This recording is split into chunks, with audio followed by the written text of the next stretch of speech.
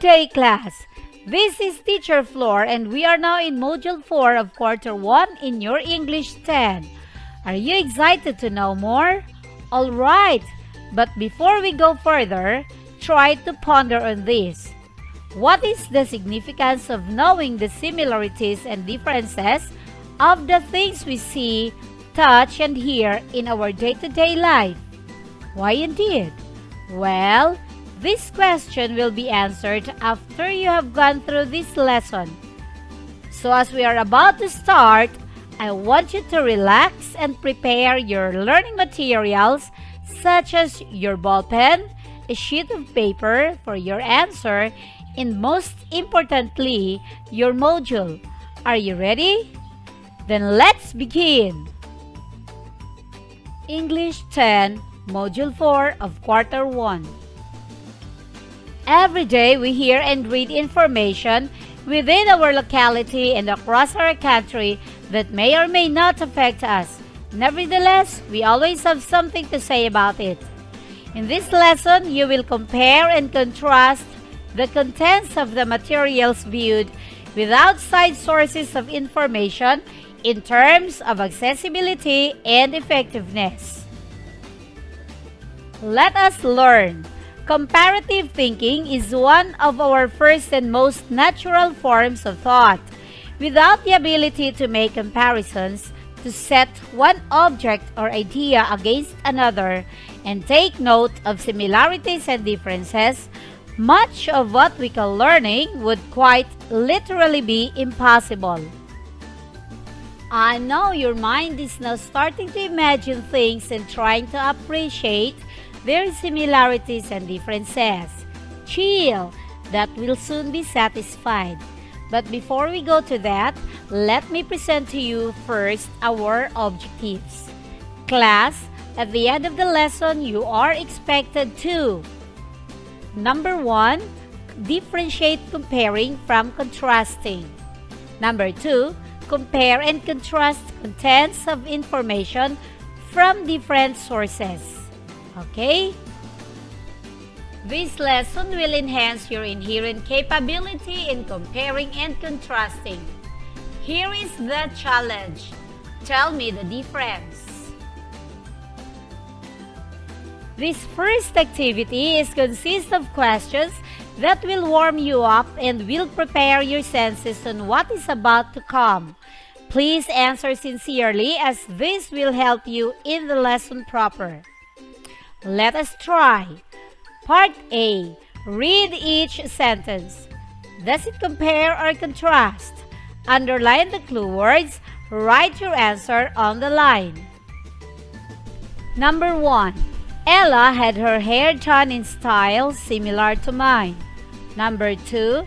That bike is the same color as our car. Number 3. I was hungry but I was reluctant to eat since I didn't like what was on offer. Number 4. I got 95% in math and I am doing well in other classes too. Number 5. I ordered beef steak, however, I was served fried chicken. Number 6. I got my homework done despite the fact that I left my book at school. Number 7. That story resembles one I read a year ago. Number 8. Edgar is 6 feet tall, although his brother is only 5 feet. Number 9. I eat meat, whereas my parents are vegetarians. Number 10. My taste differs from yours, since I don't have a sweet tooth. Now let's check your answer. Let's go right to number 1. Answer for number 1 is compare. Clue word is similar. Number 2. The answer is compare. Clue word is same. Number 3. The answer is contrast. Clue word is but. Number 4. The answer is compare. Clue word is to. Number 5.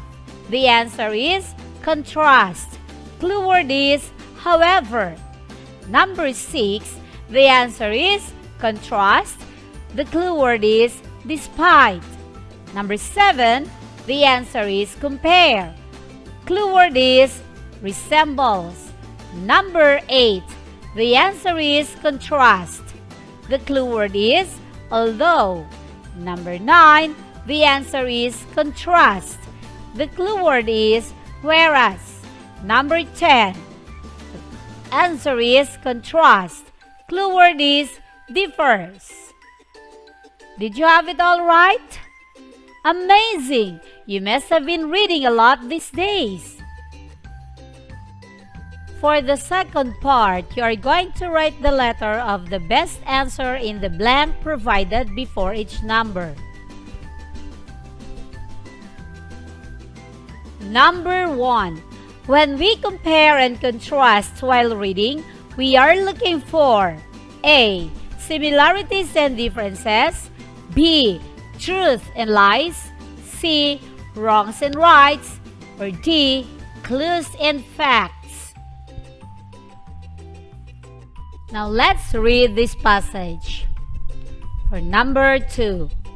Amelia and Micaela like to go hiking. While Amelia loved to bring her dog and walk the trail, Micaela loved to bike. Both girls really enjoyed finding natural waterfalls to swim in. Amelia and Micaela also really loved eating fresh fruit along the trails. Micaela loved to hike up while Amelia loved the trek back down. In what ways can you compare the two girls? A. Amelia and Micaela both liked to bring their dogs on the trail. B. Amelia loved the hike up while Micaela loved the trek back down. C. Amelia and Micaela both were scared to eat fruit along the trail. D. Amelia and Micaela both liked finding natural waterfalls to swim in. Number 3. Vanessa and Cassie are twin sisters. They are 14 years of age. This is an example of A. Comparing. B. Fact and opinion. C. Contrasting. D. Chronological order. For number 4, listen as I read to you the passage. Amor and Iris are extremely competitive. When the bake sale came at school, they made a little bet that each of them would sell the most goods. Amor started off early in the morning selling baked goods to students.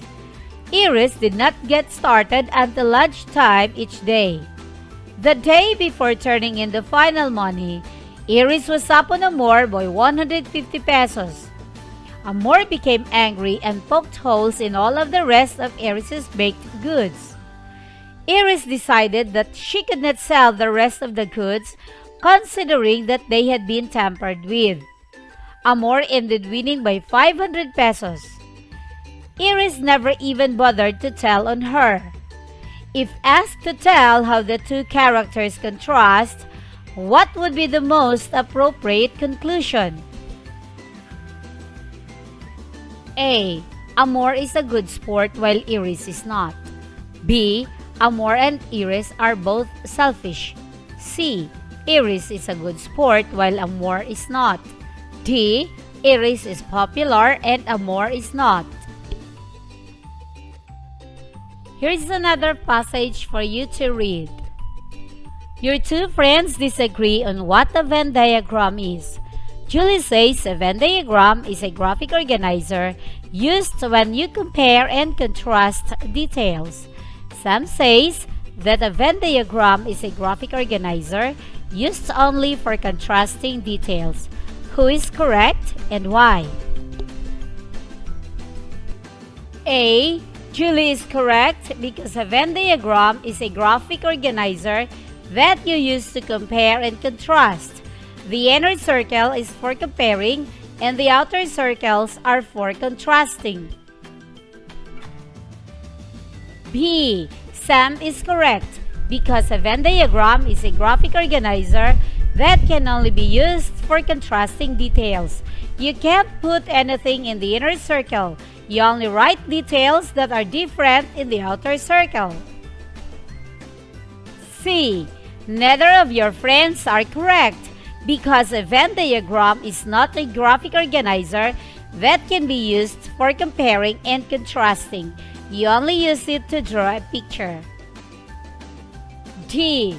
Both of your friends are correct. A Venn diagram is a graphic organizer used for comparing and contrasting like Julie said. However, it can also be used for only contrasting like Sam said. You notice number 6 is missing, so let's proceed to number 7. Let us read the story. Angie is spending a summer at her aunt and uncle's Eden farm so that she can experience something different from her urban life. The first chore her aunt assigns to her is to diffuse organic grains in front of the chicken coop at 6 a.m. every morning. This provides forage for the chickens. It doesn't take Angie long to learn that it is best to diffuse the grains quickly and get out of the way, unless she wants the chickens to come pecking her way. Now here is the question. As it is used in the passage, what does forage mean? A. Food for animals to graze. B. Place of shelter for chickens. C. Make a thorough search. D. To strip of all provisions. Number 8. Which sentence explains why Angie is visiting the farm? A. Angie is spending a summer at her aunt and uncle's Eden farm so that she can experience something different from her urban life. B. The first chore her aunt assigns to her is to diffuse organic grains in front of the chicken coop at 6 a.m. every morning. C. It doesn't take Angie long to learn that it is best to diffuse the grains quickly and get out of the way unless she wants the chickens to come pecking her way. D. This provides forage for the chickens.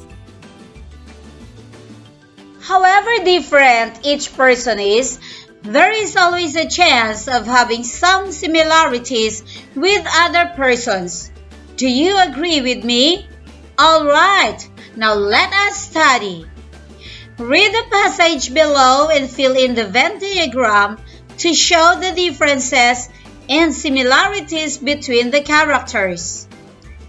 Maria Santos and Juana Fernandez are best friends. They both attend at Kiblawan National High School and are taught English by Mrs. Rodriguez. Maria Santos has black hair whilst Juana Fernandez is brown-black. They both have a younger brother, but Maria Santos also has an older sister. Maria Santos is 15 years old and Juana Fernandez is 14. Maria's birthday is in February and Juana is in November.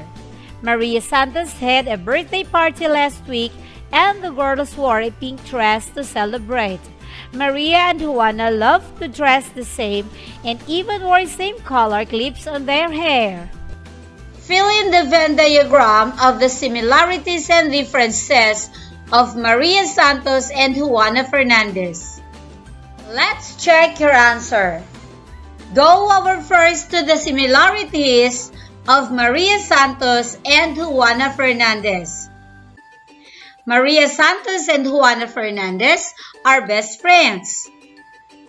They both attended at Kiblawan National High School. They are both taught English by Mrs. Rodriguez. They both have younger brothers. They both love to wear pink dress. They both love to wear same color clips. Now let's go over to their differences. Maria Santos has black hair. She has an elder sister. She is 15 years old. Her birthday is on February and she just had a birthday party last week. Now let's go to Juana Fernandez. Juana Fernandez has brown-black hair. She is 14 years old. Her birthday is on November. Did you see their similarities and differences, class? Very good. You probably know contrast in its relation to compare. To contrast something is to look for differences among two or more elements, but compare is to do the opposite, to look for similarities. It's easy to tell the difference if you remember that contrast comes from the Latin root contra, means against. Contrast is also a noun, meaning basically the same thing. The key to a good compare and contrast is to choose two or more subjects that connect in a meaningful way. The purpose of conducting the comparison or contrast is not to state the obvious, but rather to illuminate subtle differences or unexpected similarities. For example, if you wanted to focus on contrasting two subjects, you would not pick durian and lanzones. Rather, you might choose to compare and contrast two types of durian or two types of lanzones to highlight subtle differences. For example, puyat durian tastes sweet, while arancillo durian tastes a little bitter. Comparing and contrasting information from multiple sources allows you to get a comprehensive grasp of a topic. It is also important to compare and contrast ideas found in multiple sources to enable you to identify conflicting information and consistent information and critically evaluate sources. By focusing your thinking on ideas, it develops and improves your comprehension by highlighting important details, making abstract ideas more concrete, and reducing the confusion between related concepts. Let's answer. In this activity, you are going to compare and contrast by filling in the diagram with the correct response on the two artworks done by a prominent worldwide artist, Leonardo da Vinci. Below shows the two artworks he made. On the right side is the Last Supper, and on the left side is Caravaggio's Supper at Emmaus. Make sure to note the similarities and differences in the lighting, the people, the setting or the background, the positions of the people, the lines, and the colors. Identify the similarities and differences of the two artworks using this graphic organizer. Were you able to answer the activities? Very good. Now let us practice. Let's read the passage. How do countries foster friendly relationships? Why is it significant for other countries to know the vital statistics of countries in East, South, and Southeast Asia? Through these informative highlights, these countries are opening their doors not only to their fellow Asian countries, but also to other countries of the world. Compare and contrast the countries based on the points in focus. Later, see what generalizations you can make based on the information given on the grid. Here are very informative data about some Asian countries. Let's take a look at this. Compare and contrast the population, the geography total area, the government type, and the natural resources of the following countries: Bangladesh, Brunei, China, India, Japan, North Korea, South Korea, Malaysia, Myanmar, Pakistan, and Philippines.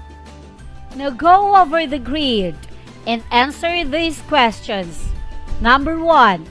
China, Japan, North and South Korea are located in East Asia. Which of these countries has the smallest population? Number 2.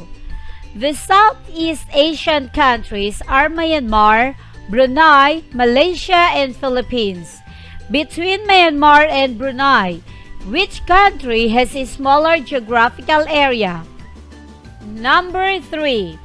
India and Pakistan are in South Asia. Compare the government types of these countries. Number 4.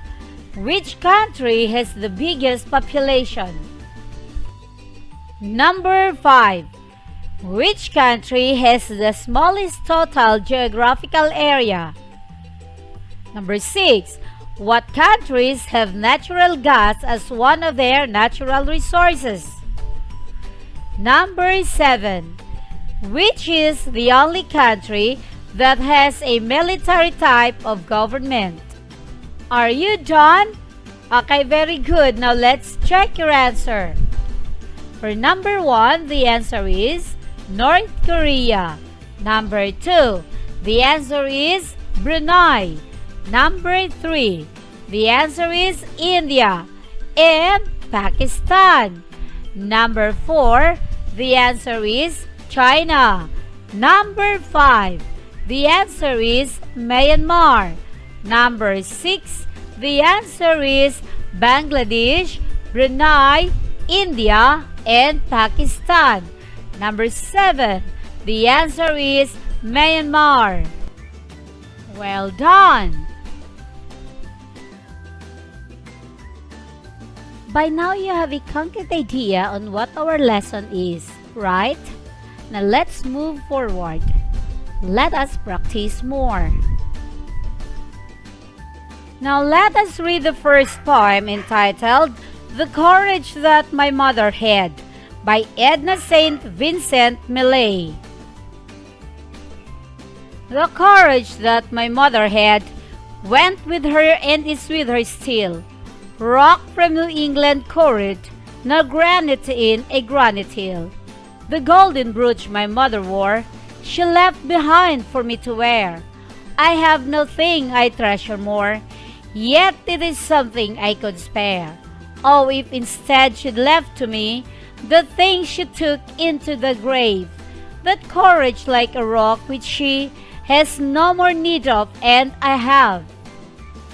Let us read the second poem, written by Luis Omar Salinas. I walked to town with my father to buy a newspaper. He walks slower than I do, so I must slow up. The street is filled with children. We argue about the price of pomegranates. I convince him it is the fruit of scholars. He has taken me on this journey and it's been lifelong. He's sure I'll be healthy so long as I eat more oranges, and tells me the orange has seeds and so is perpetual. And we too will come back like the orange trees. I ask him what he thinks about death, and he says he will gladly face it when it comes, but won't jump out in front of a car. I'd gladly give my life for this man with a 6th grade education, whose kindness and patience are true. The truth of it is, he is the scholar, and when the bitter hard reality comes at me like a punishing evil stranger, I can always remember that here was a man who was a worker and provider, who learned the simple facts in life and lived by them, who held no pretense. And when he lives without benefit of fanfare or applause, I shall have learned what little there is about greatness. Here is the directions for your next activity. To compare and contrast the courage that my mother had and my father is a simple man, use this chart. Below each title, fill in the details and use textual evidence to defend your answer. Some details have been filled in for you.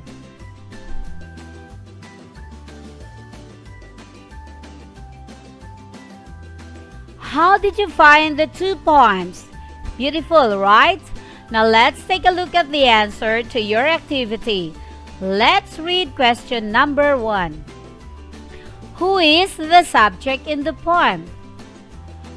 For the poem The Courage That My Mother Had, the subject is mother. For the poem My Father is a Simple Man, the subject is father.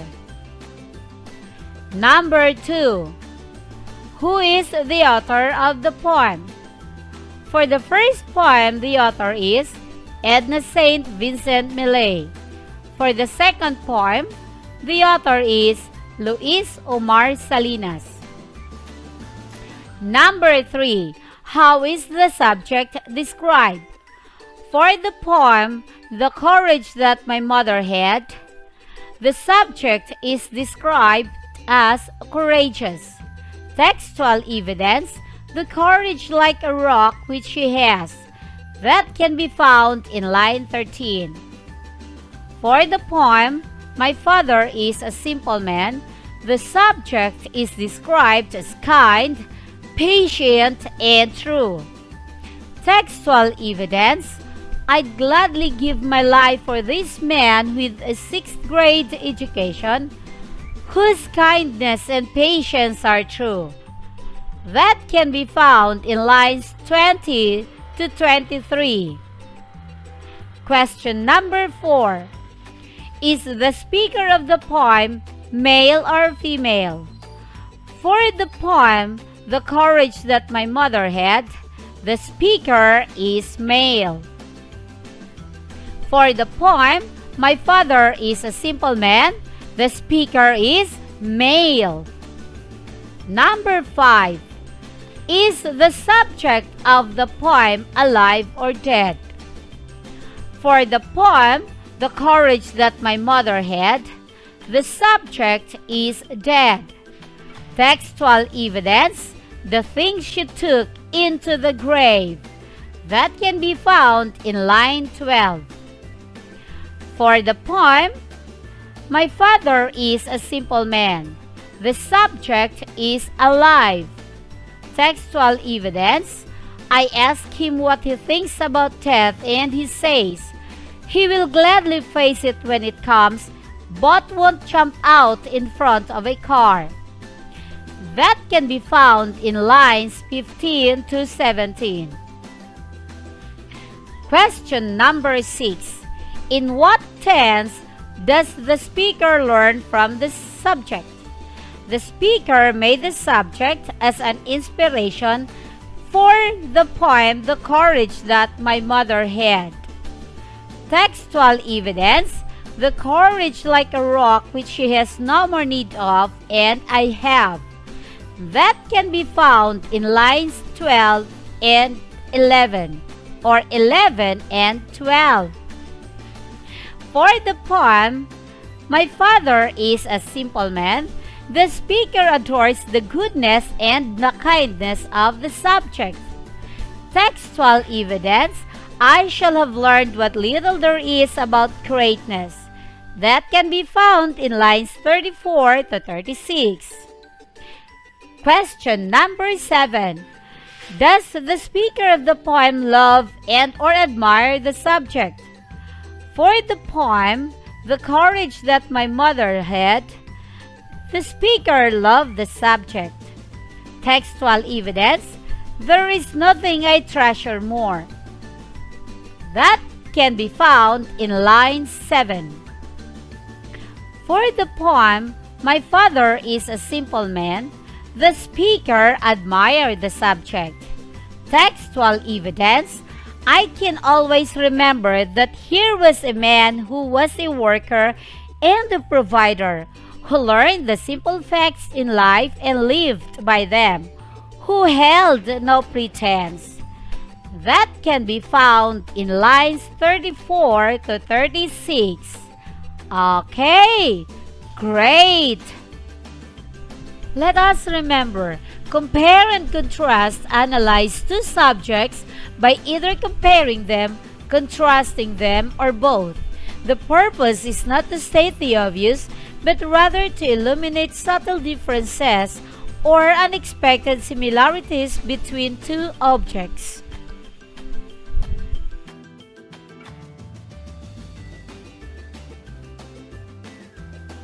By focusing your thinking on ideas, it develops and improves your comprehension by: first, highlighting important details.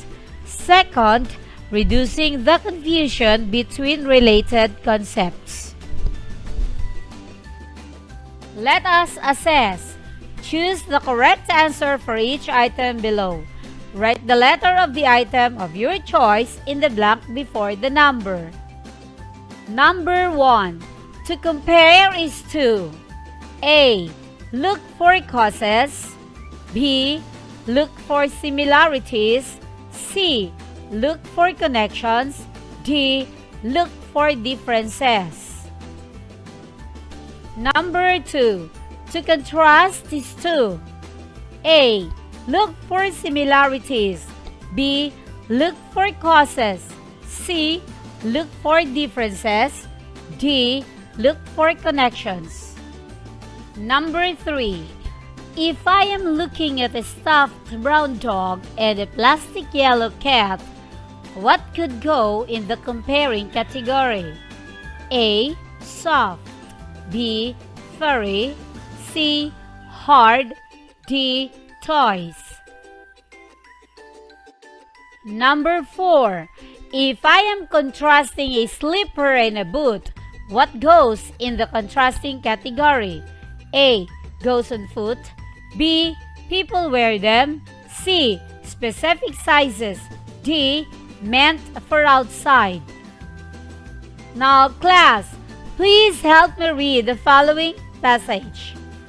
All computers have important non-encrypted sensitive data on them, such as passwords, documents, credit card information, emails, and website visit logs. Data on your computer resides in several different hidden places on your hard drive. Deleting a file doesn't really remove it.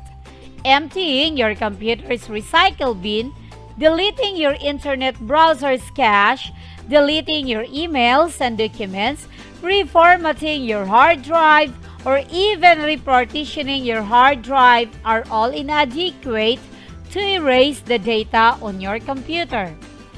Furthermore, many software licensing agreements require that particular programs be removed from a computer before it leaves the original purchaser's ownership.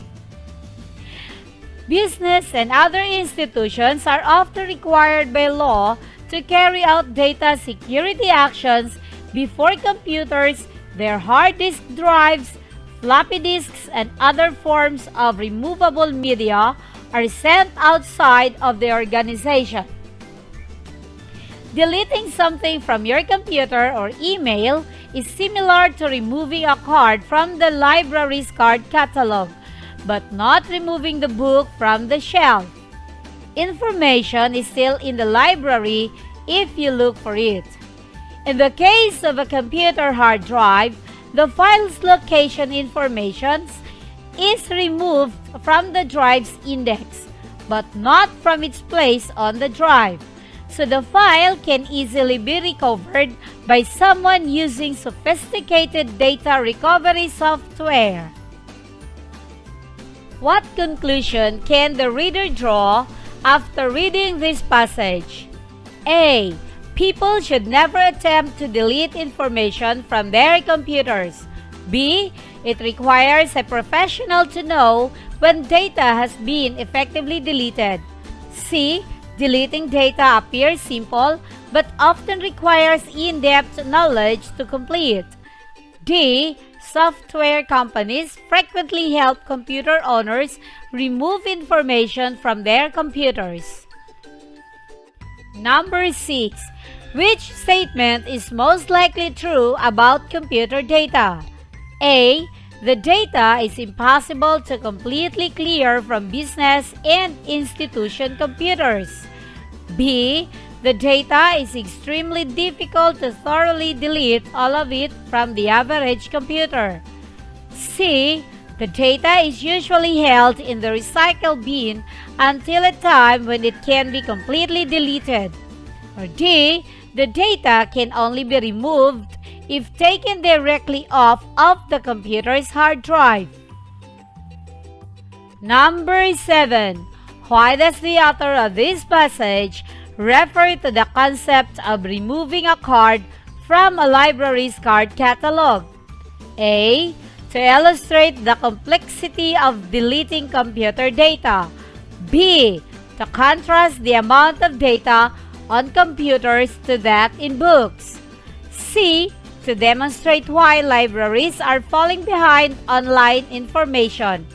D. To indicate how often people fail to effectively delete their private data. Number 8. What does an e-reader have that a book does not? A. Hundreds of pages. B. A table of contents. C. A far lower price tag. D. Multiple print sizes. Number 9. What is the major difference between e-readers and books? A. E-readers are harder to damage. B. E-readers require an energy source. C. E-readers have limited available titles. D. E-readers cost less than regular books. Now let's read these two passages. Passage number 1.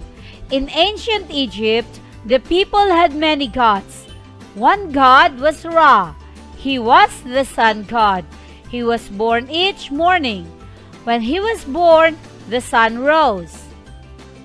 Passage number 2. In ancient Egypt, the people believed in a god named Osiris. He was the god of the dead. The people believed that when they died, they went to the underworld. There they met Osiris and his wife Isis. Number 10. What is one difference between passage number 1 and passage number 2? A. One talks about a real God and the other talks about a fake God. B. One talks about a married God and the other talks about a single God. C. One talks about the God of life and the other the God of death. D. One talks about ancient Egypt and the other talks about ancient Greece. Okay, class, how well did you fare in your activity? Let us assess. For answer number 1, letter B. Number 2, letter C. Number 3, letter D. Number 4, letter C. Number 5, letter C. Number 6, letter C. Number 7, letter B. Number 8, letter A. Number 9, letter D. Number 10, letter C. Alright, did you get it correctly? Very good. Now do not quit because you're tired. Keep going because you're almost there. Class, as you're almost done, this evaluation test requires an application of what you have learned about the skills of comparing and contrasting based on the lessons covered in this module. If you were able to get most of the answers correct, you are on your way to becoming one. If you missed the answers to some questions, review the lessons in this module again. Let us enhance. For task 1, read the following passage and answer the questions afterwards. Everyone knows what a megacity looks like. Rio, Mexico City, Calcutta. The pictures are all too familiar. Row upon row of cardboard and corrugated metal shocks propped in the shadow of gleaming skyscrapers, bony children playing half-naked in the mud beneath a haze of smog, laundry fluttering overhead like faded flags.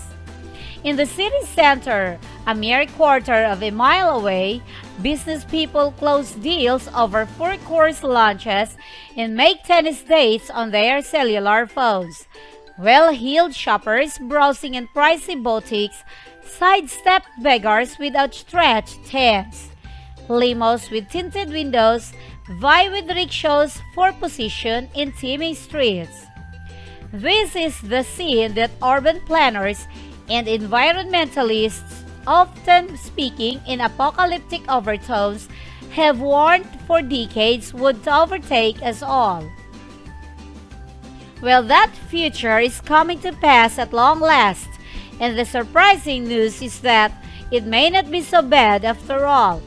The world's megacities, places that are home to more than 10 million people, are expected to more than double in the next few years, from 12 to 25 million by the turn of the century. This will mark the first time in history that a clear majority of the Earth's inhabitants will live in urban areas. By some expert reckonings, 55% of the globe already does. More important, the quality of life in such megalopolises is proving better than what was once projected. Life expectancy is generally longer in the big cities than in smaller ones or in the countryside. Urban dwellers are far more likely to have good sewage disposal and running water than their rural compatriots. And cities tend to offer superior medical care, greater educational opportunities, and more jobs. Life in the city has led to dramatic reversal in the way policy planners are addressing the problems of rapid urbanization. It used to be that they sought to limit mass migration by merely urging folks to stay on the farm, rather than focus their efforts on stemming the tide of rural poor to the cities. They will concentrate on making those cities better places to live in. Let's check your answer. Number 1, megacities. Number 2, in the city center, a mere quarter of a mile away, business people close deals over four-course lunches and make tennis dates on their cellular phones. Well-heeled shoppers browsing in pricey boutiques sidestepped beggars with outstretched hands. Limos with tinted windows vie with rickshaws for position in teeming streets. Number 3, the answer is yes. Number 4, answer may vary. All answers are acceptable. Number 5, possible answers: more employment opportunities, mass migration, many business companies will open. Number 6, answers may vary. All answers are acceptable. Number 7, answers may depend on your research. Let's review.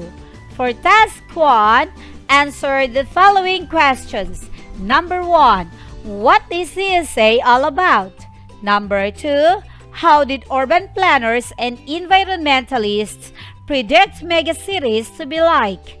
Number 3, did their predictions come true? Number 4, compare the quality of life in the big cities with that in the countryside. Number 5, what opportunities are better provided in urban communities than those in rural areas? Number 6, if you were to decide, where would you like to live? In the rural areas or urban areas? Why? Number 7, compare the cities mentioned in the essay with those in Metro Manila. Task 2. Tune in and listen to 2 a.m. radio stations discussing on a specific topic. Example, COVID-19 pandemic. As you listen, jot down important ideas or information about that topic that you have chosen. Compare and contrast the details given by two different AM radio stations. You can use a graphic organizer to complete the task. Let us reflect. The ability to categorize and compare things in terms of their differences and similarities corresponds to some earliest stages of cognitive development. Without the ability to group things effectively in terms of similarities and differences, much of what we consider as learning would be impossible. Acquiring this kind of knowledge does not only apply in language subjects, but also in other subjects. Say, for example, in science. You are tasked to compare and contrast the meiosis and mitosis. If you have the familiarity on the ability of comparing and contrasting, you may not find difficulty in answering. There you have it, class. You are now equipped with skills to make comparison and contrast. Use it wisely in your day-to-day life to create a balance in taking in important information. Remember, without the ability to group things effectively in terms of similarities and differences, much of what we call learning would quite literally be impossible. I am once again Madam Flordeliza Ramirez Mahilum, your English 10 Module 4 of Quarter 1 teacher, saying, see you next and God bless us all. Keep safe, everyone!